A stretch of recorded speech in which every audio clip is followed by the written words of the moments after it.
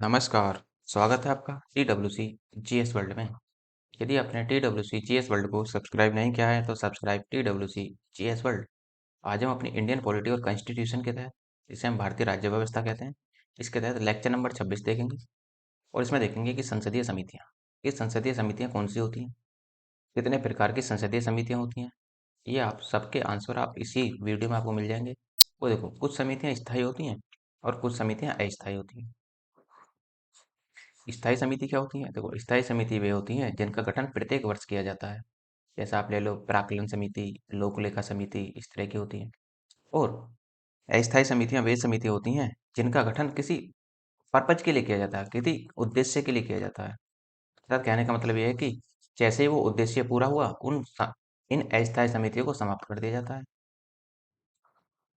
जैसे कि आप मान लो कि जीएसटी के लिए कोई कमेटी बनी, समिति बनी, और जीएसटी ने अपनी रिपोर्ट, जीएसटी के लिए जो कमेटी बनी उसने अपनी रिपोर्ट सरकार को सौंप दी।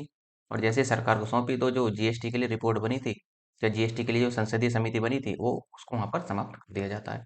तो इस तरीके से अस्थायी संसदीय समितियां होती हैं कुछ, और कुछ स्थायी समितियां होती हैं। इन सब के बारे में आज हम चर्चा करेंगे, वन बाई वन चर्चा करेंगे। तो स्टार्ट करते हैं अपने लेक्चर नंबर 26 से। देखो, संसदीय समितियां दो प्रकार की होती हैं। संसदीय समितियां, स्थायी समिति जिसका गठन प्रत्येक वर्ष किया जाता है, अर्थात वे समितियां जिनका गठन प्रत्येक वर्ष किया जाता हो। इसमें आप एग्जाम्पल के तौर पर लिख सकते हैं लोक लेखा समिति, लोक लेखा समिति। और आप जो अस्थायी समिति होती है, अस्थायी समिति में इनका गठन आवश्यकता पड़ने पर किया जाता है। जैसे मान लो किसी भी काम के लिए सरकार को जरूरत है कि उस पर समिति बना दी जाए। जैसे 3 कानून लाए गए थे, 3 कानूनों को लाने के लिए जो किसानों ने विद्रोह किया, उसी के विद्रोह के रूप में सरकार ने एक समिति का गठन कर दिया कि बताइए कि क्या क्या कमी है इस कानून में और क्या क्या नहीं। तो जैसे वो समिति ने अपनी रिपोर्ट प्रस्तुत की, उसी समिति को वहां पर समाप्त कर दिया गया। तो इसी तरीके से यहाँ पर समितियां बनती हैं। तो अस्थायी समिति में और स्थायी समिति में केवल एक ही अंतर है कि अस्थायी समितियों का गठन जब होगा जब जरूरत पड़ेगी, आवश्यकता पड़ने पर इनका गठन होता है, वरना इनका गठन नहीं होता। लेकिन स्थायी समिति नाम से ही पता लग रहा है कि स्थायी होंगी, और इनका गठन प्रत्येक वर्ष किया जाता है। अब देखो कौन कौन सी समितियां होती हैं वो भी देख लेते हैं। जैसे प्राक्कलन समिति। प्राक्कलन समिति जो है आपकी, इसका जो गठन हुआ है वो 1950 में हुआ था। अर्थात आजादी के समय ही इसका गठन हो गया था। ये कह लो कि हमारा जो संविधान लागू हुआ था वो 26 जनवरी 1950 को हुआ था संपूर्ण रूप से। उसी दौरान इनको क्या कर दिया गया, इस समिति का भी गठन किया गया।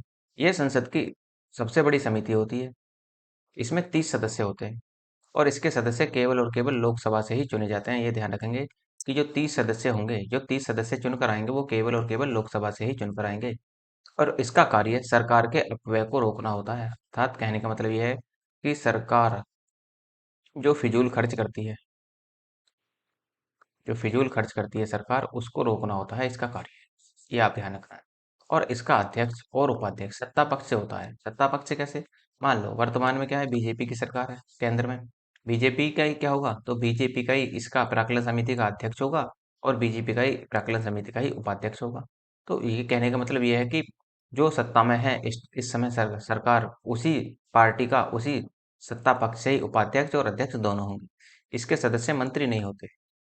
ये ध्यान रखना है कि मंत्री इसके सदस्य नहीं होंगे, तो कौन होंगे फिर? सांसद होंगे।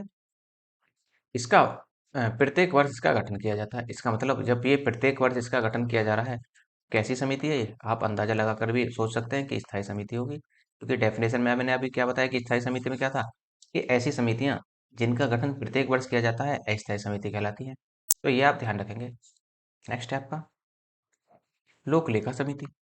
अब लोक लेखा समिति संसद की सबसे पुरानी समिति है, ये ध्यान रखना, क्योंकि इसका जो गठन हुआ था वो आजादी से पहले ही हो गया था। इसका गठन 1921 में किया गया था। और इसमें जो सदस्यों की संख्या होती है वो 22 होती है। और इसमें क्या होता है कि पीछे जो हमने 30 सदस्य देखे थे प्राक्कलन समिति में, तो प्राक्कलन समिति में 30 के 30 सदस्य लोकसभा से थे। लेकिन यहाँ भी क्या होगा कि लोक लेखा समिति में 7 सदस्य राज्यसभा से और 15 सदस्य लोकसभा से होते हैं। ये ध्यान रखेंगे आप पूरी तरीके से, कि लोक लेखा समिति में 15 सदस्य लोकसभा से और 7 सदस्य राज्यसभा से होते हैं। देखो छोटे एग्जामों में तो पूछा नहीं जाता है ऐसे, लेकिन जो पीसीएस वगैरह के या यूपीपीएससी के एग्जाम होते हैं, अक्सर यहाँ से खुलकर सवाल पूछ लेता है और स्टेटमेंट में दे देता है कि लोक लेखा समिति में 22 सदस्य होते हैं। पहली स्टेटमेंट दे दी। फिर वो कहेगा कि दूसरा स्टेटमेंट देगा कि इसमें 15 सदस्य राज्यसभा से आते हैं। 15 सदस्य राज्यसभा से आते हैं। तो दूसरी स्टेटमेंट पता लगता ही, जैसे ही आपको यदि पता है कि कौन कौन से कितने सदस्य कहाँ कहाँ से आते हैं, तो आप तुरंत यहाँ से आंसर दे सकते हैं कि 15 सदस्य कहाँ से आते हैं। तो 15 सदस्य राज्यसभा से तो नहीं आते, वो आते हैं लोकसभा से। और इसका जो अध्यक्ष होता है वो सत्ता पक्ष से, और उपाध्यक्ष जो होता है वो विपक्ष से होता है। ये ध्यान रखेंगे इसमें, क्योंकि जो पीछे पिराकलन समिति थी उसमें अध्यक्ष और उपाध्यक्ष दोनों ही सत्ता पक्ष से थे, जबकि यहाँ पर अध्यक्ष, केवल अध्यक्ष सत्ता पक्ष से होगा और उपाध्यक्ष होगा जो विपक्ष से होगा। अब देखो, लोक लेखा, लोक लेखा का मतलब क्या होता है? वित्त से संबंधित है। वित्त से संबंधित मतलब जो CAG, controller and auditor general of India, जिसे भारत का लेखा महालेखा परीक्षक कहते हैं, इसकी रिपोर्ट की समीक्षा करती है ये। देखो, कैग का कार्य केवल और केवल राष्ट्रपति को रिपोर्ट थमाना है। जैसे ही वो सरकार को रिपोर्ट थमा देगा, कैग का कार्य समाप्त हो जाएगा। और इस रिपोर्ट की समीक्षा करेगी लोक लेखा समिति। अब सवाल पूछ लेता है कि ये बताइए कि कैग की रिपोर्ट की समीक्षा कौन सी समिति करती है? चार ऑप्शन मिलेंगे आपको।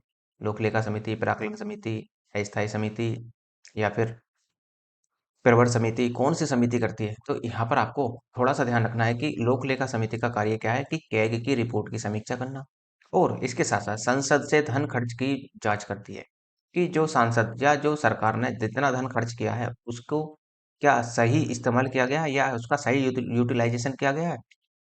यदि उसका सही तरीके से खर्च किया गया तो ठीक है, लेकिन उसकी भी जांच करेगी ये ध्यान रखना कि जितना भी संसद द्वारा संचित निधि से धन निकाला गया है, क्या वो सही प्रकार से लगा है, या जिस पर्पज से या जिस उद्देश्य से निकाला गया था धन, क्या उसी उद्देश्य के लगाया गया है।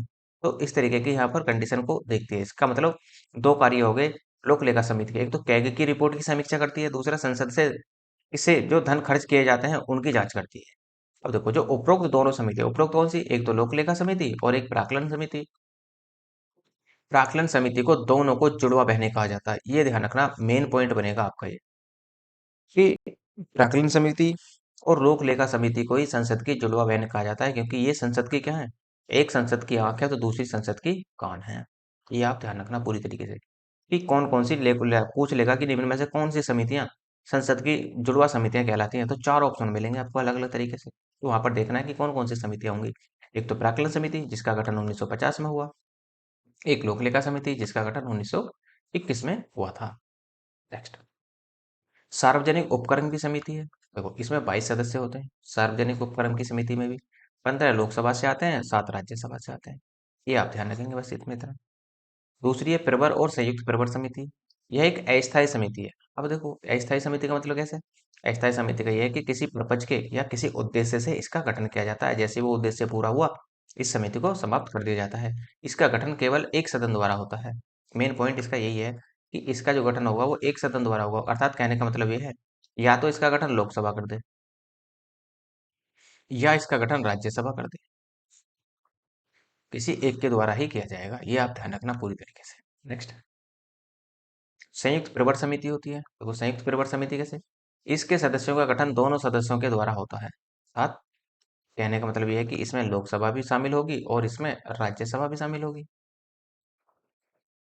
और इसका कार्य विधेयकों की समीक्षा करना होता है, जो विधेयक पास किए जाते हैं।